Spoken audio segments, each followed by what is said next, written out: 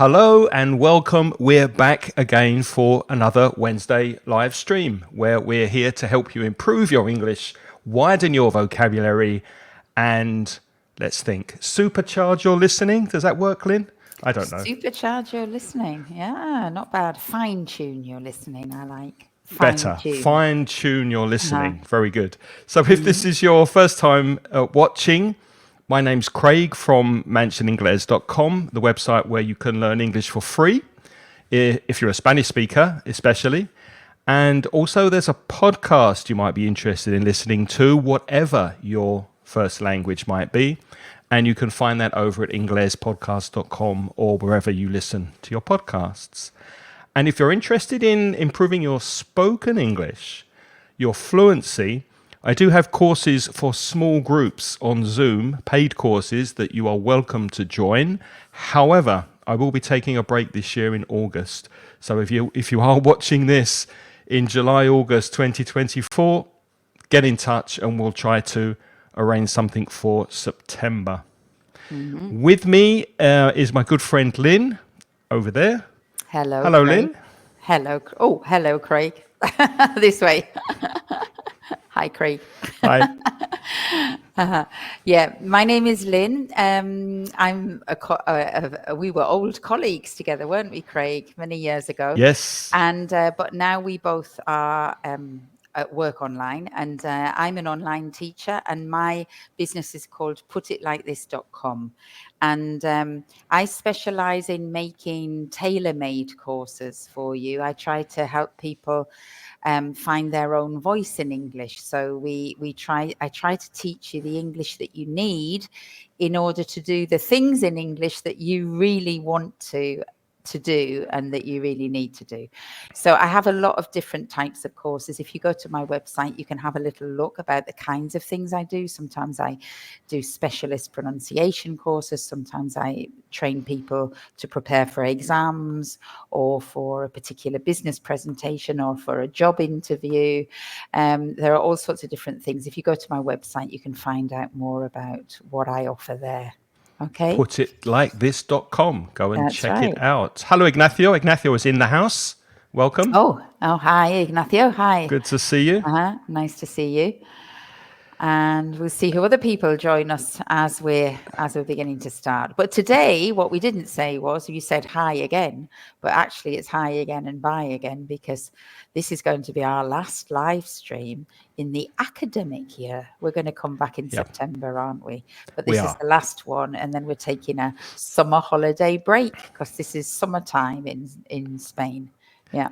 And because it's that time of year, obviously we know you might be watching in the southern hemisphere, so you'll be in the middle of your winter.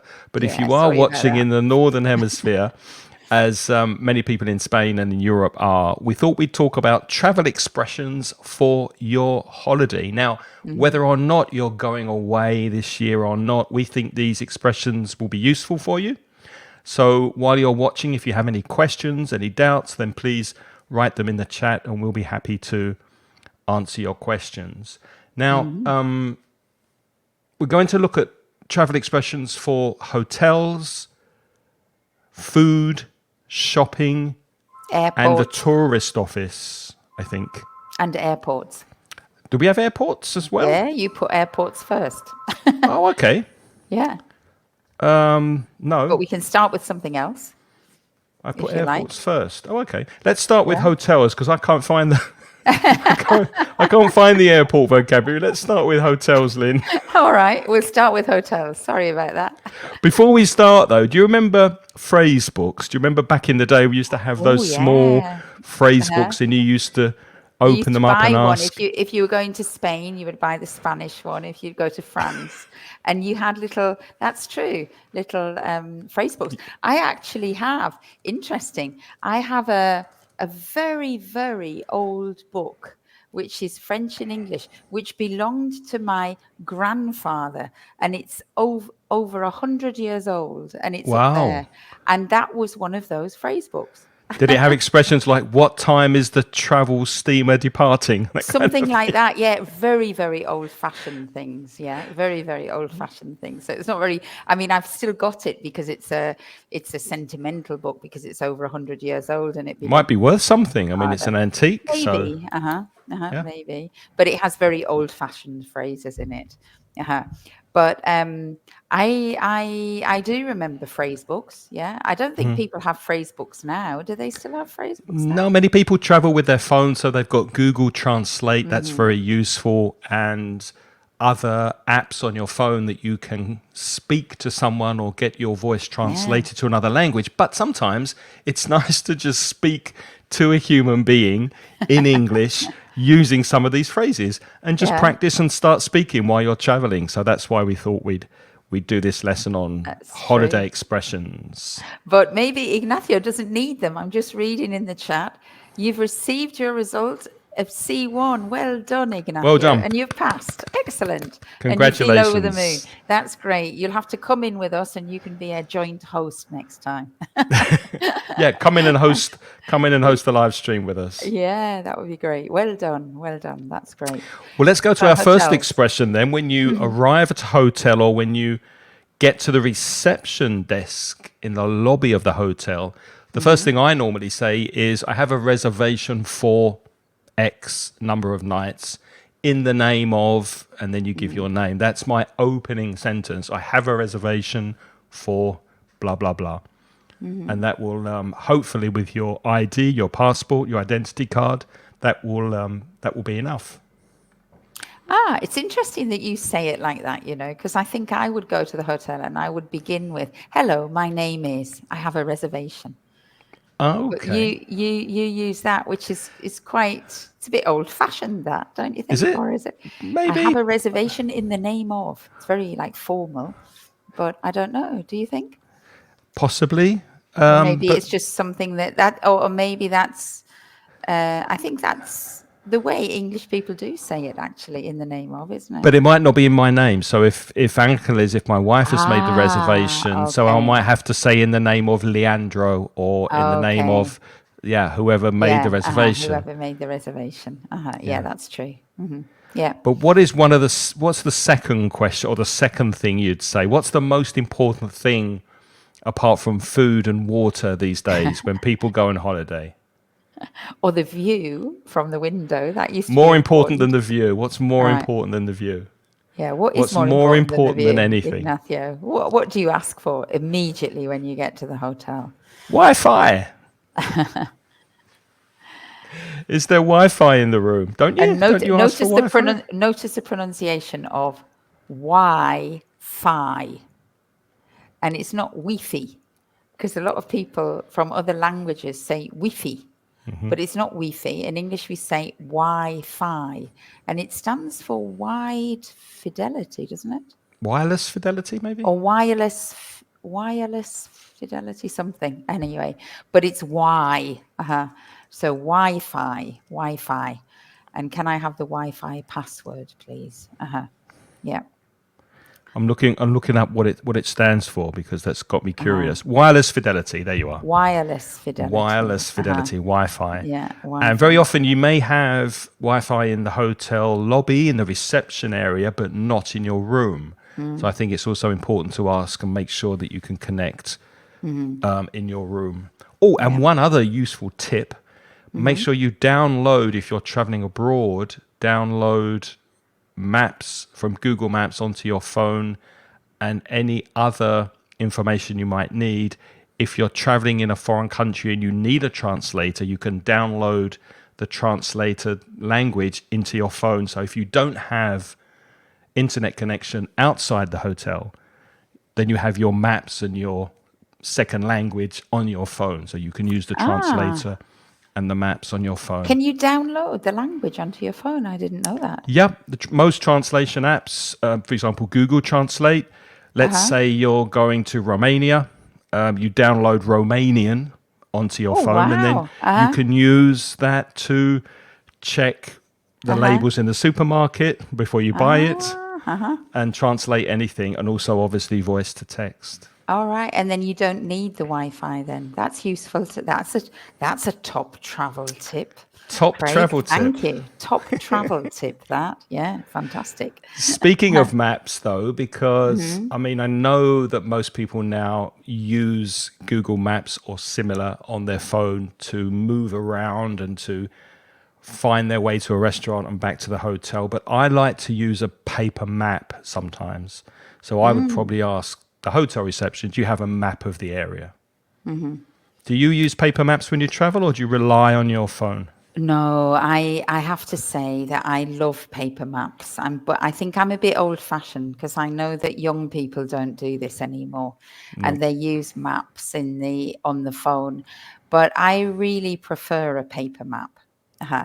Although it has to be said, when I travel in a big city, sometimes it's not a great idea to be seen with a big map because you reveal that you are a tourist. I remember many years ago, when I went to New York. I mean, it was many, many years ago. This was in the 1980s. I remember going in New York, and New York was quite dangerous then. And I remember that people used to say, don't look like a tourist, like walk around New York as if you know where you're going. Because if you look like you're lost and you've got the map and you're studying the map, you're going to be either mugged or scammed or Walk like a New cheated. Yorker. Yeah, you have to like pretend that you fit in. So I always remember that I had the map in the bag, but I used to like go into doorways to read the map and then walk along the street with purpose. Yeah. um, but it is true that I do prefer a paper map because I think it's just because I'm used to reading paper maps. Whereas I think now young people are used to following directions. They're very good at following directions. So in Google, when it says go straight ahead, turn right in 300 meters, do this, do that, young people are very, very good at following those instructions, whereas I have real difficulty following the instructions of Google because it's like stop it. How far is 300 meters? Shut up. Like, I need to know where I'm going. I find it really difficult just to do what the phone tells me to do, That's you really know? interesting because I mean, I prefer a map because you get a bigger overall view of the town or Yeah. city. Uh-huh. But when it comes to actually going somewhere from A to B, Uh-huh. I prefer Google navigation that it takes me there rather Yeah. than the map. Uh-huh. I'm not very good at following maps, but I do like Uh-huh. to see the overall You like to see the layout overall. Uh-huh. and where things are. I think maybe it's just, I suppose it's a personal preference, isn't it? Like maybe because some people have good spatial awareness, and then other people maybe don't. Oh, And it's I just get lost. I get if you lost in get my lost flat. or not. Yeah. Yeah. I'm terrible. If you are watching live, let us know. Do you prefer a paper map or do you use your phone when you're traveling? What do you do when you're out and about in a foreign city? How do you And what prefer about to you, get Ignacio? around? What do you do? Paper map or phone? I'm guessing paper map for Ignacio. Paper map. Do you reckon? Uh-huh. Yeah, I think so. Although, having said that, I have an interest in it. Can I do a little diversion here? Because Yeah. I do have a little interesting experience. Recently, I have been doing a lot of hiking. And in the Valencia area, it's actually not easy to get hold of paper maps anymore of hiking routes. Yeah, you can get hold of paper maps of cities and villages and roads, but not really. There aren't a lot of paper maps, or I haven't found them anyway. And I have tried to get maps of the mountain areas. So I had to start learning to use an app on my phone. And I'm using an app called All Trails. And it really is very good. But it did take me a little while to be able to get used to it. Uh-huh. I'm making a Um, note of that because I'm going to go walking in September, so I might uh-huh. check that out. Well, it took me a little bit of like adjusting to get to know how to use it, because there is another very famous one called Wikiloc, but I couldn't come to terms with Wikiloc. But the All Trails, I love it now. And it is true that when we go in the mountains now, I am not taking a paper map. It does make me feel a little bit uneasy because I think it's easy to get lost in the mountains. But I try to So, download the map onto my phone so what so will that be I the have it. difference? What will be the difference then between something like that and Google Maps? But Google Maps doesn't have the routes Ah, because this tells you, this okay. actually maps with with satellite positioning. It can tell where you are, and it's showing you a particular trail route that you're following. Okay. So It's more sometimes detailed then. sometimes you're in the forest and they're not roads, they're just 5 little trails off into the bush and you don't know which one to take. But because it's a trail that you're following, it keeps you right. And it says, no, take the one on the left, take the one on the. Useful. Very good So tip. it's really, really good. And the thing that it has, which I love about it, it has a little video. And I don't know how it does it. I think it's so clever. You click on the video and it's almost like you're on an aeroplane and you're going across the geographical contours of the mountain and it shows you the entire trail.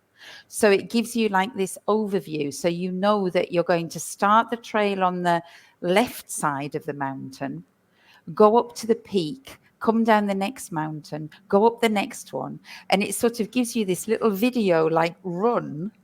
It's so clever. Well, Sorry. no, I mean, yeah, satellite navigation. I mean, that's Yeah, probably it's that's taking video from way up in the sky it's somewhere. something like that. And then somehow simulating the geographical area. So it's like you're in a 3D. So it's not like understanding the map, which has different colors and lines to show you 3D. This is like a 3D visual experience. And I find that very, very useful. It gives me orientation in the Yeah, mountains, yeah. which is nice. Very cool. Hi, Priscilla. Priscilla's with us. She likes a Hi, paper map Priscilla. Yeah. on all the places around me. Yeah, me too. But also you use a combination. Me too, Priscilla. I use Google Maps and a paper map in tandem, definitely. Yeah. What else have we got here? So, yeah, I mean, if you're like me, you will get lost, even with a map and Google Maps. So, one useful expression you could use is what's the best way to get to? Or how do you get to? Now, this could be in the city. How do you get to the nearest supermarket? Or what's the best way to get to the train station? How do you get to the airport from here? So, those are two phrases that would also be handy and useful while you're traveling. That's right. Let's look at a little bit of grammar because this one, would you mind, is really useful. All you need to know is would you mind plus a verb plus the gerund or the ing form of the verb. And you can use it whenever you like in any situation to ask for things, and it's polite. For example, would you mind helping me with my bags? Or would you mind telling me blah, blah, blah? Or would you mind sending up some clean towels, for example, to your room? Or would you mind booking a taxi for me? So just make sure that verb is in the ing form, and you can use that expression for many, many situations, True. and you'll be polite. Very polite. And would you mind telling me how to get to the station, for example, is good for directions too, isn't it? Okay. Would you mind sending up some more tea bags? Do you travel with English tea when you go abroad? Yes, I do. Me too. Yeah. Very Because useful. I need my tea in the morning. I'm a bit of a tea addict. And usually the tea that they have in hotels, It's not very good. often, no, or it's often like, I don't know, like flavored teas. It's really not, it's not the kind of black tea that It's I not your like. cup of tea, is it? Not my cup of tea, no. So I do like to take my tea with me. It's my fix. It's like my cigarettes. I don't smoke. But if I smoked, you wouldn't go on holiday if you smoke without cigarettes, would you? No. So, and for me, I have to have my tea. That's my guilty pleasure. Actually, I usually say, would you mind giving me some more milk? Or would you That's mind it. giving me 'Cause some you need more the milk. sugar? Because I The take milk is, sugar well, to the go with sugar the you can tea. take with you, but the milk you can't. So No. that's a problem. Yeah. Okay, let's go on to the next one. Could someone help me with my luggage, with my bags, with my suitcase? Could someone help me? So using could also to make a request is a useful expression. Could someone And help me? and if you say could someone, that's a little bit less direct. If you say could you help me, then maybe you're talking to the manager and it's not the sort of thing for the manager to do. But if you say could someone help me, then it's sort of a little bit indirect. You might find a volunteer or somebody will designate somebody, delegate it. Okay, here's a question for you, Lynn, and also for people watching, for Ignacio and Priscilla, etc. Hotels or self-catering, what do you prefer when you go away? I know Priscilla travels a lot on business, so I'm guessing she Okay. probably stays in hotels. But Lynn, if you travel, do you prefer to get an Airbnb somewhere or a bed and breakfast, or would you prefer to stay in a hotel? I prefer self-catering, definitely. Why? Uh-huh. Well, I think originally I liked it because it was cheaper with the kids when I had kids and we used to travel with kids. It was cheaper than hotels. But I find it more comfortable. And the reason I find it more comfortable is because of the food situation. Because I don't like eating out every day, several times a day. I just Also, don't it like gets the diet. expensive. Well, It's it gets expensive as well. expensive on the one hand, but it's also to do with the diet and to think that, and I don't like the stress of having to choose where are we going to go for lunch? Where are we going to go to breakfast? And then somebody gives me a menu and I have to make all these decisions about what I want to eat for breakfast, what I want to eat for lunch, it's But just isn't too, but isn't it the same with your self-catering? Because you have to decide no. what you're eating every day, and you've got the worry of having to cook it and wash up. Well, What I are we think, eating tomorrow? What shopping should we yeah, get? but I think with the self-catering, usually I just go and get a few basics, which I have in it, which is usually cheese and ham and bread and milk for my tea, and maybe a bottle of wine and some crisps. So they are my All you basics. need, yeah. And then depending on how I feel, I decide, do I want to eat in or shall we go out? But I like the flexibility, and I find when you're in a hotel, you haven't got that flexibility. Maybe you really don't want to go out and eat. Well, I suppose you do if you have. I mean, there is hotels have room service. You can order things, can't you, to bring up to your room? I've stayed in But many hotels. I've but never I've never. used room service. I've used Never. room service when I traveled on business once, but it's not very pleasant, you know. I Bit don't know. depressing. And the choice, yeah, it's a bit depressing. Yeah. Yeah. But yeah, I'd rather have an apartment, you know, and you can decide if you want to cook or not, and if not, you go out. And I think nowadays, because there's all this food delivery and all this takeaway everywhere in all the countries now, and you can usually, even if you don't want to leave the self-catering, you can order food in, you know, Yeah. if you Yeah. really need to. That's true. Speaking of Pris- taking tea, Priscilla likes hotels, she says. she's saying that she takes her coffee when she travels, which doesn't Oh, surprise wow. me because she's from Costa Rica and there's excellent coffee in Ah, Costa okay. Rica. So, yeah, that Yeah, doesn't well, surprise me at all. yeah. And then I prefer a hotel.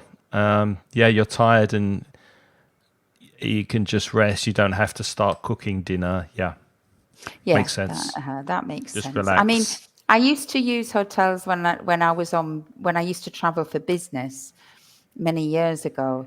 And yes, definitely the hotels were much better. Also, because if you're only staying 1 or 2 days, you really don't want to go and buy food. But if you're staying for a longer time, then I prefer self-catering, I think, definitely. What's the worst place you've ever stayed in on holiday?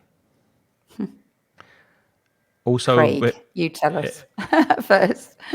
for me, it's a clear winner, or maybe loser is a better word. If you're watching, Ah, also put in the chat your worst holiday experience. But I was traveling in India many years ago with my wife, and we stayed in a place called Mandi, which is in the north of India.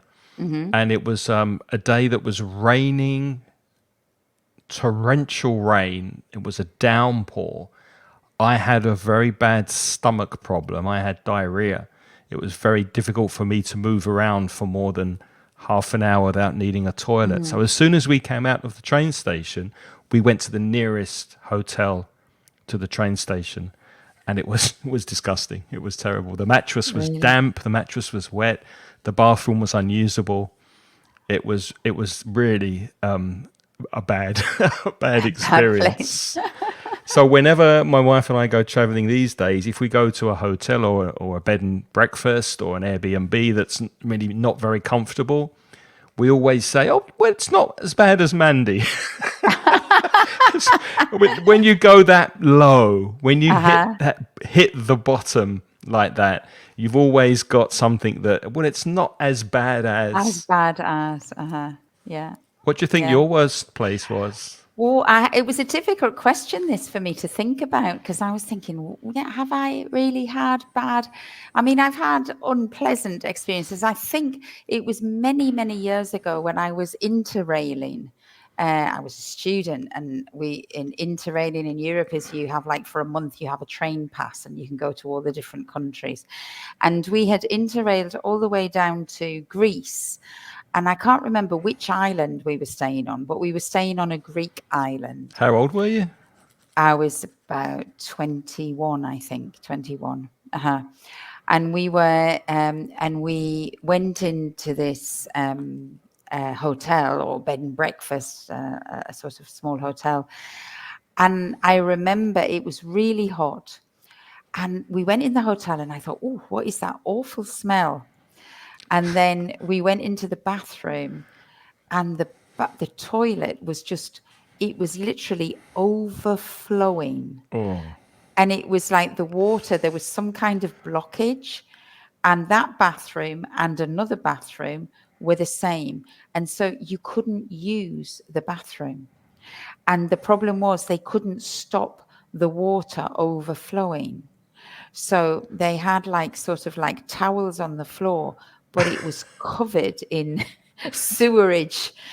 And we had to stay there. There was nowhere else we could go. they couldn't change the room for you? They couldn't, no, no, no, no. There was like a very few rooms in it was a very small little hotel, but every bathroom that they had was overflowing. So you couldn't use the toilet. So we had to go out to a restaurant to be able to use the toilet. But at night we had to come back and sleep in the rooms. But the entire hotel just stank of this Oh, that's disgusting. horrible sewerage problem that they had. And we left the next day, and I think that was the worst place. But in actual fact, the bedroom was clean, the bed was clean, but the stench was disgusting. You sleep with a The with a peg smell. a peg on your nose. Yeah, and of course, like being worried, thinking, and if I need to go to the toilet, you couldn't go to the toilet. And of course, these toilets were in the bathrooms, so you couldn't really use the shower either. So like it was basically staying in a bed, but like Yeah. no No bathroom at all, facilities. no Yeah. facilities, which is quite unpleasant. Ew. Okay, let's move on from a hotel to the tourist office. And again, you probably use your mobile phones when you're traveling for information, for websites, but I think it's a good idea to go to the tourist office, speak to a person face to face. They usually have more up to date information than you find online. They know the latest concerts, they know the restaurants that may have closed, etc. Would you go to a tourist office, Or or are they a thing of the past? well, again, I think we're just showing our age, Craig, because of course years ago when I did that interrail, for example, at age 21, going around Europe, there were no mobile phones. You had guidebooks that were often not up to date. You couldn't access maps. So the first thing that you did whenever, the first point after you arrived in the city or the country, was the first thing that you did was go to the tourist office. And I used to go to the tourist office. That's where we used to book our accommodation. I was thinking about this. But those years ago, you went to Austria, you went to Greece, you went to these countries, and we had not pre-booked anything. So on arrival in the city, the first thing you did was go to the tourist office. And the first thing the tourist officers used to give us was a list of hotels with the numbers. And sometimes the tourist officers used to telephone the hotels for you to book the room. Well, that was one of my questions, and you've answered it. Have you ever gone somewhere without knowing where you're going to stay? And I don't Yeah. think people do that very often these days. No, because you have all the information in advance. Exactly. And then after the tourist officers used to get us the hotel, then we used to say, what is there to see in the city? And then they would give you all these beautiful maps free. And they would like put across, this is where you are, Yeah. this is where your hotel is, this is what you can do, this is where you can go. And so within like half an hour, you had like expert advice and it was all free. They It still was do so that good. because it's one of the first things that we usually do when we travel, my wife and I, is go to the local tourist office with questions, and then they're usually very, very, Very helpful. helpful, And yeah. they give you that information, which isn't usually that easy to find online. No. So I think it's still a good idea to go to the tourist office. Especially if you go, I find now, especially if you go to big cities, you can usually find TripAdvisor and God knows what on. But if you go to small places, it's a real treasure going to the tourist office because there are things that you would never find online, I think. And if you do go to a place and you don't have anywhere to stay, here are some expressions that might be useful. We're looking for accommodation, or we're looking for somewhere to stay. And you can use that would you mind as well. Would you mind helping us? Would you mind giving us some recommendations? And do look out or at this for English learners here. Please check the spelling of accommodation because that is one of the most misspelled words for English learners, right? So we have 2 C's, 2 M's. Accommodation. Good point. Or, as Lynn said before, ask for a list. Do you have a list of Airbnbs? Do you have a list of campsites if you're camping in the area? Do you have a list of youth hostels? If you're traveling around youth hostels, you might be a member. So, do you have a list of, and then whatever you're looking for? Another expression that's quite handy, quite useful, can I book accommodation here? Or can I book accommodation through you? So, using the tourist office is through you. And I Through did that you, years ago. Wasn't so long ago, actually. I think maybe 6 or 7 years ago, we went to Taiwan. And it was a very unplanned trip. We arrived in the capital and we had nowhere to stay. And wow. we went to the nearest tourist office and I said that, can I book accommodation here? And we found a bed and breakfast through them. That's great. And it was fine, was it? Was it good? It was fine, but the people, it was staying in somebody's house who didn't speak any English or any Spanish. So I used Google Translate, and they were lovely, lovely people, but we had to use the phone to communicate. To communicate with each other. Yeah. Yeah. But that's nice. That's a great cultural experience, I think. It was a lovely trip, and they were very, very nice people. Yeah. Yeah. Also, what's the best way to get around the city? Maybe you're looking to take public transport. You need to get from A to B. What's the best way to get around the city? Or what's the best way to get to the museum? Or what's the best way to get to the sports stadium? Or how do you get to? I would also start these sentences with excuse me, be polite. So excuse me, what's the best way to get to? Or excuse me, how do I get to? Blah, blah, blah. And I think the thing is that's a useful question in places because I've found that there are some cities where the public transport is really good. So that is the best way to get around. If you go to London, the public transport is excellent. So that's the way to go. But there are some cities where they say, actually, it's cheaper to go in a taxi, Yeah. or it's more convenient, or maybe the bike is the best way to go. Hire a bike.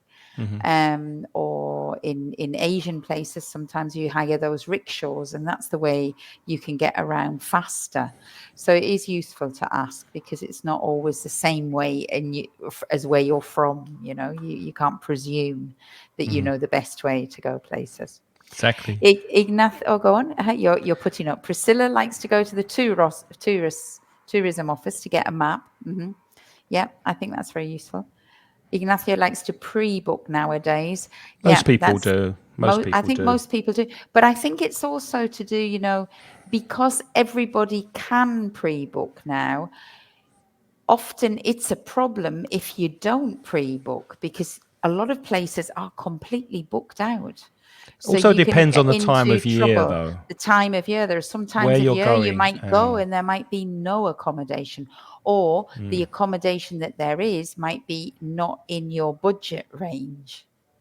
Yeah, but I think it's also really nice sometimes to go somewhere off season. If you go Yeah. off season, not many tourists are in the place, your destination where you're going. So it's easy to find accommodation, which Yes. gives you the flexibility of staying 2 nights here, don't really like it, move to another place. Yeah, Oh, of this is course. lovely. Let's stay a bit longer so you can book from day to day because the demand is lower. That's Is also a lower. nice way to And travel. I think it also depends on how long your holiday is going to last. Because if you've got a very short holiday, you don't want to waste time looking for and choosing accommodation. Yeah. Yeah. So if you pre-book, of course, it saves a lot of time, I think. And I mean, the thing is, in the past, when we were doing it, there were no photographs of the places. Even if you had an address, you had an address, and that was it in the guidebook. You didn't know what the place looked like, where it was. And of course, now it's wonderful with the internet because you can look the address up. Even on Google Maps, you can see what it looks like from the street view outside. So there's a lot of information that you can get now, and then that makes it so much better to pre-book because you're not going to get any surprises as much as Hopefully you not. used to get Yeah. in the past, I think. We're more of an informed traveller these days, aren't we? Yeah, that's true. Priscilla agrees with Lynn. If you want to visit small towns to get useful information. Yeah. Yeah. And Ignacio says bed and breakfast is fine. Nice English breakfast early in the morning. Well, that's not my tactic, Ignacio. My Oh, tactic I like in, it. You could come with me, Ignacio. I love English breakfasts in the morning. but not early, and that's my point. Not early in the morning, Uh-huh. because you know how big they are and how Yeah. filling. Spend another hour or two in bed. Have your breakfast as late as possible, and save money on your lunch. But then And you've then have an missed evening half the meal. morning. If you stay late in bed, then you're going to lose your precious hours to But go you get your sightseeing. lunch hour back because you don't have to stop for lunch because you're still full of bacon and eggs and beans and bread.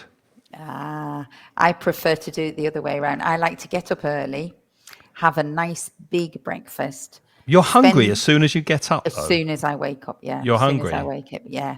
And then I like to get out and do all the things.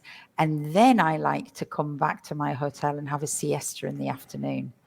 And then I go out again in the evening. That's what I like to do on holiday. But Sounds I like a like to have plan. my bed in the middle of the day. That's my special treat. You've been in Spain too long with your Yeah, siesta. maybe. What's your favorite thing to do when you visit a city for the first time? That's a question for you watching as well. What do you like to do Oh, when you first arrive in a new place? yeah. That's an interesting question. I go on. What do you go on? You go, because I haven't got that question. Find a nice cafe with a terrace if it's nice weather, obviously. Or if it's not a cafe with a window out to the street, have a coffee and just watch people. And Just watch. watch. Yeah, I think that's what I would say. Just get a vibe. What's the city like? What's the town like? What are people doing as they're getting on with their day? Are they shopping? How are they dressed? How are they talking to each other? I just like watching people. I love doing that. I can spend hours Yeah. sitting in a cafe watching people, Watching the world go by, isn't it? That's the watching the world go expression. Watching by. the world go by. Yes, I love that. Do you know when I was studying, I had to spend a year in France. And I remember very distinctly going. I spent the year in Marseille, and as soon as I got there, that was my favorite thing about France, because France always had these, unlike Coffee in culture. England, yeah, they had these cafes. And of course, it was Marseille, so it was the south of France, a bit like Valencia. So a lot of the cafe terraces were outside. And that was just so, in the 80s, that kind of culture was not at all in England. It is No. now. I But don't in the think in the 80s, 80s they had continental coffee in the UK. It was no, they didn't have instant coffee. croissants. They had instant coffee, and they Instant didn't have coffee. croissants and all sorts of things. And they certainly didn't, from the northeast of England, where I'm from, nobody sat outside and had a cup of coffee or a cup of tea. It just wasn't done in the 80s. They do No. now. But and so I remember that was, for me, that was France. And I found it so exhilarating. And we used to do it every single day, that at some point in the day, my friend and I would sit in the cafe, we would order a coffee, and we would sit and watch the world go by. And we used to comment on what people were wearing and how fantastic it was. And I used to think I was in a film, you know, in a Hollywood movie. I felt like I was a film star sitting in the cafe watching everybody go by. And I loved sometimes it. I like to make up stories about people at airports as well. Like, is that Yeah. person a foreign spy? Are those two married? Has that child run away from home? Just make up stories about people. You like your imagination to run wild, yeah? Exactly. So Ignacio likes to visit the city centre. Yeah, Mm-hmm. good idea. Me too. And if you travel alone, it could be nice to join groups organised by apps like Civitatis. I don't know Civitatis. Yeah, Let me what's write that that? down. Uh-huh. What is that, Priscilla? Is it like Uh-huh. meetup.com where Uh-huh. you meet up with groups of people? I know in a lot of cities now, what people do is they join walking tours of the city. And that's very popular now. And Yeah. you can go with a walking tour that's free. And then it's at your discretion to pay the person who's giving you the walking tour. And they're usually done by, you know, like people, local people who do that. And I know that a lot of people are doing that. And if you travel alone, that's also a lovely way, because you're seeing the city with a local person, but there's usually one or two other tourists with you. They're smaller groups. And you can, you know, there's a lot of exchange of information, isn't there? If you're walking around the city with a local person, they tell you where the best restaurants are, where the best bars are. You can ask them any kind of questions. It's like having a mobile tourist office with you, isn't it? You know, Yeah. Yeah. so that's really useful. And also, going back to the tourist office, that's the place where I would ask for a tour like that. Yeah, yeah. And very often they meet in front of the Of the tourist tourist office, office. they do. That's right. Uh-huh. Let's move on to food. Uh-huh. Obviously, can I make a reservation? Now, obviously, you can make a reservation on your phone, yes. Mm-hmm. But maybe you're walking around, Ignacio's walking around the city centre and he thinks, oh, that's a nice restaurant. He walks in. Can I make a reservation for this evening? So you just might see a place and go in for maybe a business card, or make sure you take a photo on your phone to remember the name of the restaurant. But you could also make a reservation in person. Can I book a table? Book a table, or can I make a reservation? Will be useful expressions. Or You table for say a two, table for two, please. table for three, table for four. Table for four. With the next one, I'd be careful because some restaurants might take advantage of you, especially if you're asking them to recommend wine, or they might recommend the most expensive thing on the menu. But very often, I might ask the waiter or waitress, what do you recommend? What's good today? I think that can be a nice. I don't think you need to be worried about that. You know, um, especially. I think especially if you are in a place where you don't really understand the food very well. You know, if you like, if everything's on the menu and you don't really understand what it is, then I think it's a very good question to ask. What do you recommend? Uh-huh. Yeah, I think it's And quite useful. usually a good waiter will say, well, are you very hungry? Do you like this? Do you like that? And then they try to recommend properly. Okay. Priscilla's just before we continue, Priscilla's very kindly And obviously Ignacio knows this civitatis, or don't know how to say it, civitats. Don't know how to Civitats. pronounce it. But Priscilla's put up the website for it, and Ignacio says it's you can join it, and then you can walk and visit places. And Priscilla says they organise activities, and you can buy tickets and things. Yeah, there it is. Oh, there you are. Perfect. Well, that's Civititis.com. nice. And that's good Guided because, tours and they're in English as well. So that's great for your English practice too, isn't it? all over the Oh, world. that's That's lovely. very useful. That's lovely. Thank you for that recommendation. Yeah, thanks, Priscilla. What do you recommend? Let's go to the next one. What does it come with? Because sometimes you order fish, you order steak, meat, chicken, whatever. How is it served? How is it cooked? What does it come with? Does it come with potatoes? Does it come with salad? How is it served? What does it come with? Do you know what a doggy bag is? I do indeed. It's very fictional, this, right? Because I've never had a pet in my entire life. Would you But say it though? I often ask for a doggy bag. No, I don't ask for a doggy bag. I don't use that term, but that's what it is. But I would say, like, can I take this with me? Or can I take this out? Can I take this away? And that's when you have your food in the restaurant and maybe the portion is too big and you can't eat any more, but you would quite like to take the food with you because you've bought it, you've paid for it. So you can say, can I take this with me? But the correct term, I think, in America is a doggy bag, isn't it? And the idea was that you were taking the remainder of the food for your dog. Or you wanted them to think it was for Or the you dog? want them to think you're taking it for your dog. But I think nowadays people are very upfront about that, and they just say, Yeah. can I take the rest of this away, please? Yeah. Well, recently I and they went usually for give you a container. recently I went for a nice meal with my sister, and she ordered a steak, and it was beautiful. It was lovely, a lovely steak, and she only ate half of it because it was quite big. So you don't really want to leave such a lovely, well cooked piece of food. Take it with you and eat it the following day. Yeah, of course. Now, at the end of your meal, ask for the check if you're in the US in American English, or can we have the bill if you're in the UK?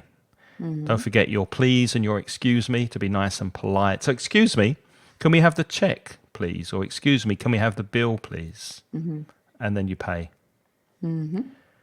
Service. Is service included? Should you tip? Tip Obviously is to depends give on money, the extra money to the waiter. yeah, depends on the culture. Would you tip in Spain?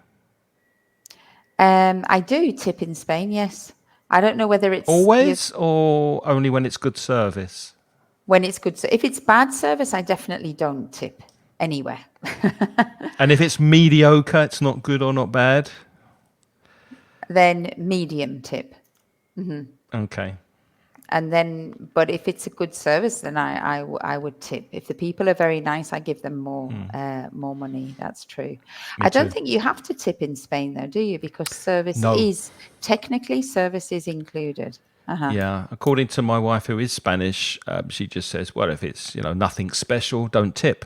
It's not expected. However, as Lynn said, if you're really happy, if it's been really good food, really good service, very polite, very friendly, then yes, for the extra effort, then leave a tip. Yeah. You asked an interesting question to me earlier, and you said, like, do you take your tipping culture with you? So because we've grown up in the UK, when we are here, do we tip like English people, or do we try to tip like Spanish? And it's an interesting question because, of course, obviously, I think the logical answer is you should follow the custom of the country that you're actually in. Right. But it's difficult. And I think in actual fact, in practice, I tip with my culture of tipping wherever I am. That's my tendency. My family does the same. My parents always left a tip in Spain. They lived here for about 20, 21 years. and they always left a tip, even if the service was terrible and the food was Uh-huh. horrible, they would Uh-huh. still leave Leave a a tip. very good tip. Mm-hmm. And when I was in the US, when I was in America, I had to adapt to the 15-20% service Yeah. charge, which is compulsory there, even if the service is bad. And you think, well, in America, they always tip because that's part of the wages, the salary of the worker. Yeah. You It's cannot a not different tip. culture. It's a Uh-huh. different culture. Yeah, yeah. And I also, when I was a student, I used to work in bars, and I know what it is to work in a bar. And if you're being nice, sometimes it is hard to be nice and friendly for like 4 or 5 hours in a bar. And when you're trying your As best an English and teacher as well. well, I wasn't an English teacher then, but when you're trying your best, to be friendly and nice, and you get customers who tip you because they appreciate it. I always appreciated it when people left a tip for me, very much so. Yeah. And then because I think I know that, then when I see waiters and waitresses who are making an effort, and they're going, they really are being nice and friendly, and they're very professional, then I think they really deserve a tip, even if they get good wages. But I think they deserve a No, tip. you're right. And I think if Uh-huh. you've worked in the service industry, then you appreciate it a lot more. I worked in a Hmm. pub in the UK for many years, and although it's not accustomed to tip in an English pub, very often the regular customers will offer to buy you a drink. Yeah, Would yeah, you that's like the a way I used beer? to get my tip. And we were not allowed to drink while we were working. So you had to say to the customer, "Thank you very much. I'll have orange juice later." Later. Yeah. And then you could take that money, and then you could put it to one side. And at the end of the night, you could take that money home with you. And that was the way to do it. Uh-huh. Yeah. Now, Ignacio said something interesting. He's from Barcelona, so people take the rest of the food home in containers to Uh-huh. eat later at home. Yeah, that makes a lot. That makes sense.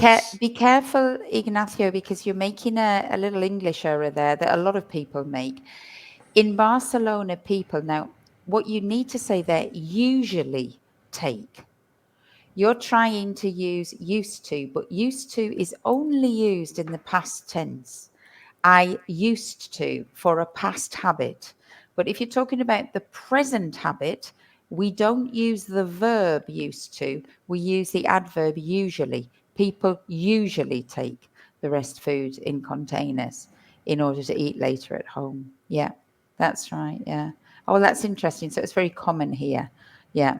And he also says, the next comment, if you can put that up from, you say, Ignacio, that most people pay by card. That's true now.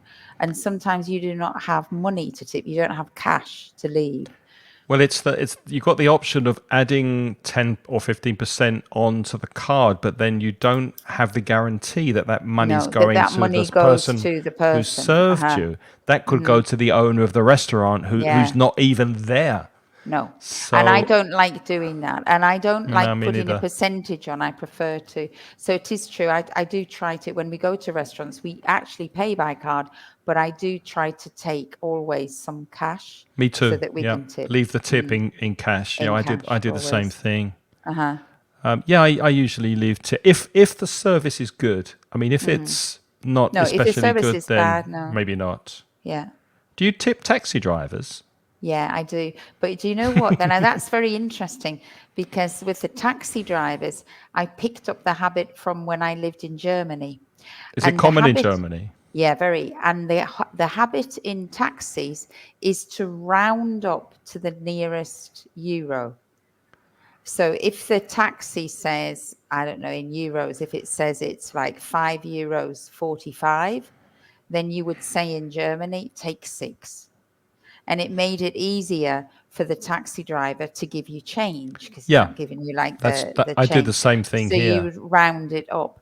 And in Germany, of course, if the trip was 6.95, Give them a euro. then you would say round it to Yeah, 7, yeah.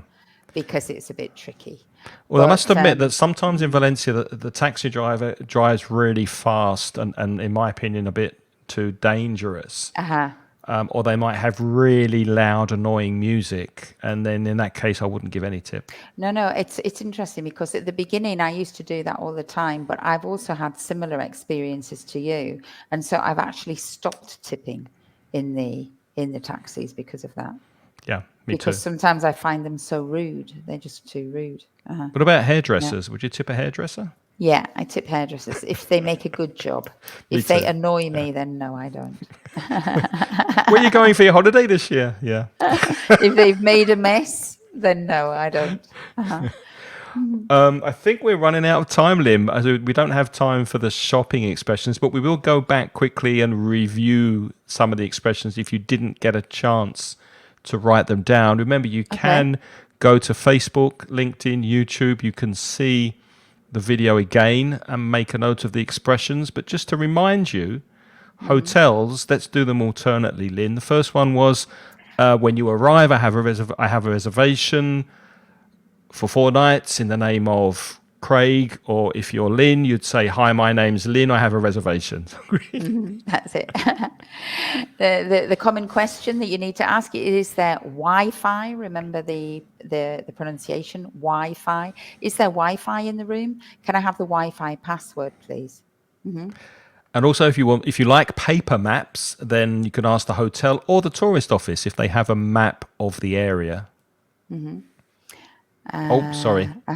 And then when you want to get directions, remember to say first, excuse me, because that's important. Excuse me, what's the best way to get to, excuse me, how do you get to, And notice Lynn's pronunciation. It goes up and down. Excuse me. How do you get to that? Rising intonation makes your request more polite.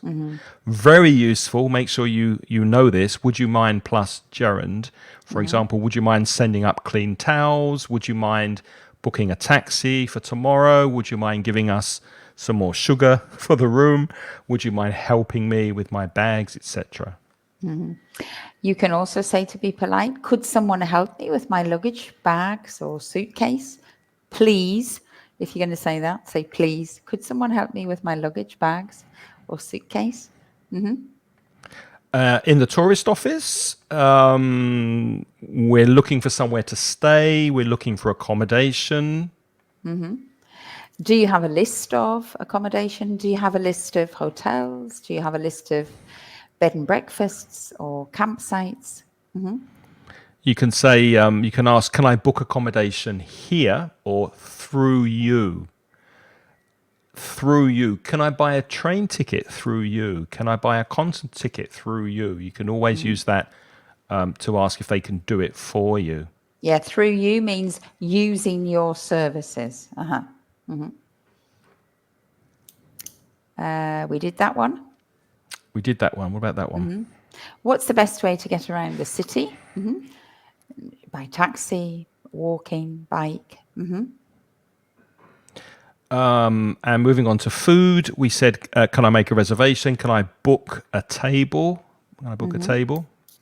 A table for 2, please. Excuse me, what do you recommend? What do you recommend for the main course, for example? And what does this come with? How is it served? Can I take this with me? Can I have a doggy bag?